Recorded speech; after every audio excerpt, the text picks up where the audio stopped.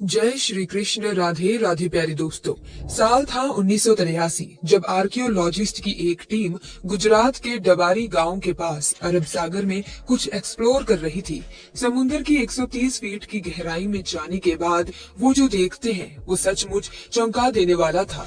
वो बिना देरी किए बाहर आते हैं और अपने बॉस को फोन लगाते हैं। कुछ देर तक रिंग जाने के बाद उधर से आवाज आती है। इसके बाद कोई आवाज नहीं आती, क्योंकि हैरान परेशान आर्कियोलॉजिस्ट बिना रुके वो हाल सुनाना शुरू करते हैं जो उन्होंने समुद्र में देखा, और उसे सुनते ही बॉस के हाथ से फोन छूट जाता है। आखिर उन्होंने समुद्र में ऐसा क्या देख लिया कि उन्हें ठंड में भी पसीने आ गए, जिसे जानकर बॉस भी कुछ ना बोल पाए। जानने के लिए चलिए हमारे साथ अरब सागर के उसी गहराई में। दोस्तों, समुद्र में उठती इन लहरों को देखिए, जिनमें जितना शोर है उसके अंदर पसरा है उतना ही सन्नाटा, और इस सन्नाटे और उसी सन्नाटे में दफन है ना जाने कितने ही रहस्य। समुद्र के नीचे आज भी कई ऐसे राज दबे हैं जिनके बारे में किसी को कुछ नहीं पता। कुछ सालों पहले अरब सागर की गहराई में ऐसी ही एक साइट खोजी जिसे देखकर हर कोई हैरान था। दरअसल वो एक भरी पूरी नगरी थी, ऐसी नगरी जो इतनी खूबसूरत थी जिसे कोई एक बार देख ले तो बस देखते ही रह जाए। ऊंची ऊंची दीवारें, बड़े बड़े गेट और उन पर की गई नकाशी, सड़कें, भव्य महल, पूरा वेल प्लान्ड शहर जो आज के शहरों को भी पीछे छोड़ दे। समुद्र की गहराई में ऐसी नगरी को देखकर आर्कियोलॉजिस्ट हैरान थे। आखिर नगरी यहाँ पहुंची कैसे और ये कितनी पुरानी है?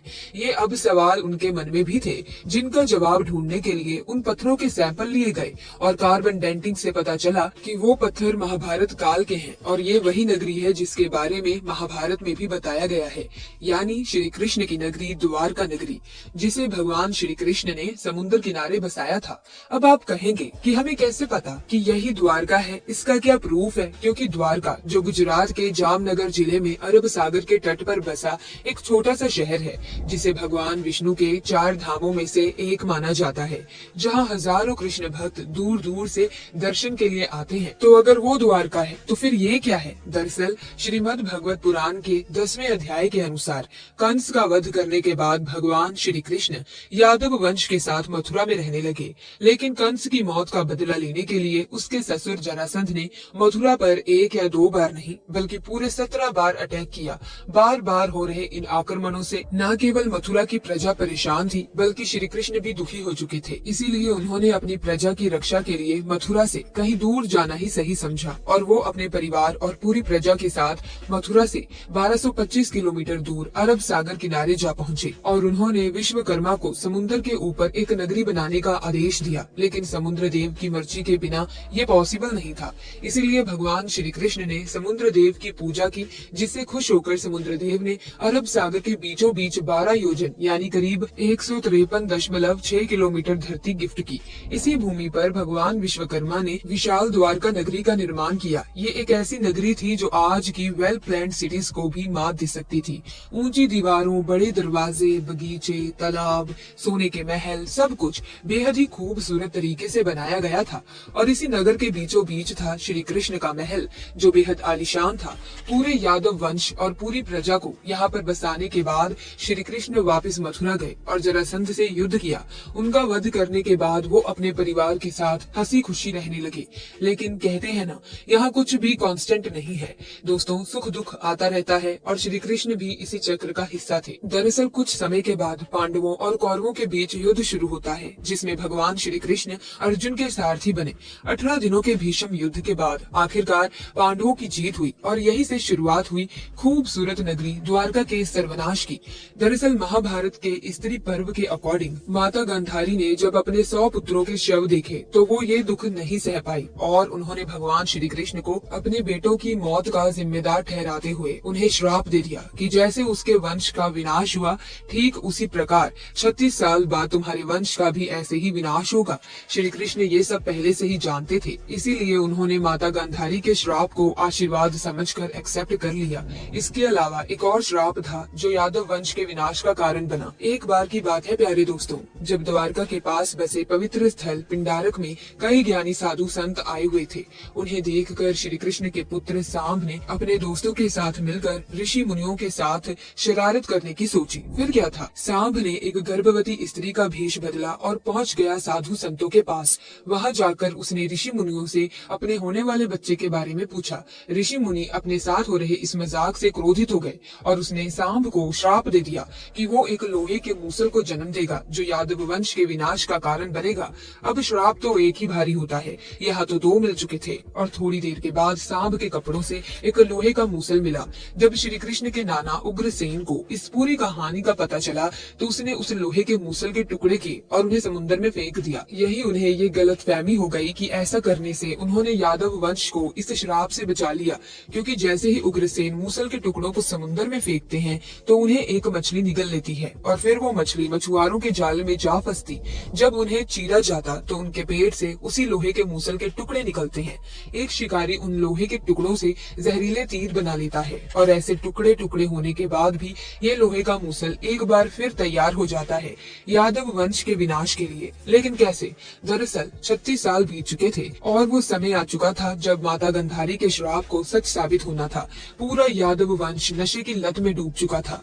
धीरे धीरे उन्होंने आपस में ही लड़ना शुरू कर दिया था। फिर क्या था, अंदर ही अंदर यादव वंश में युद्ध छिड़ गया। भाई भाई को मारने लगा और धीरे धीरे पूरा राजवंश का विनाश हो गया। ये सब देखकर बलराम जी ने धरती का त्याग कर दिया और श्री कृष्ण जी जंगलों की तरफ निकल पड़े।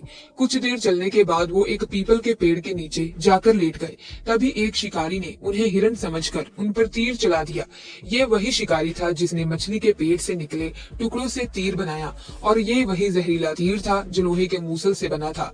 जैसे ही ये जहरीला तीर श्री कृष्ण को लगा तो उनकी मौत हो गई और उन्हीं के साथ पूरा यादव वंश खत्म हो गया। जब अर्जुन को इसका पता चला तो वो दौड़कर द्वारका पहुंचे, लेकिन तब तक वहाँ सब कुछ खत्म हो चुका था।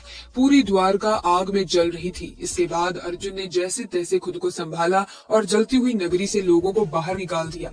खाली होते ही द्वारका नगरी हमेशा के लिए समुद्र में समा गई। अब आपका द्वारका को लेकर जो कंफ्यूजन है उसको भी दूर करते हैं।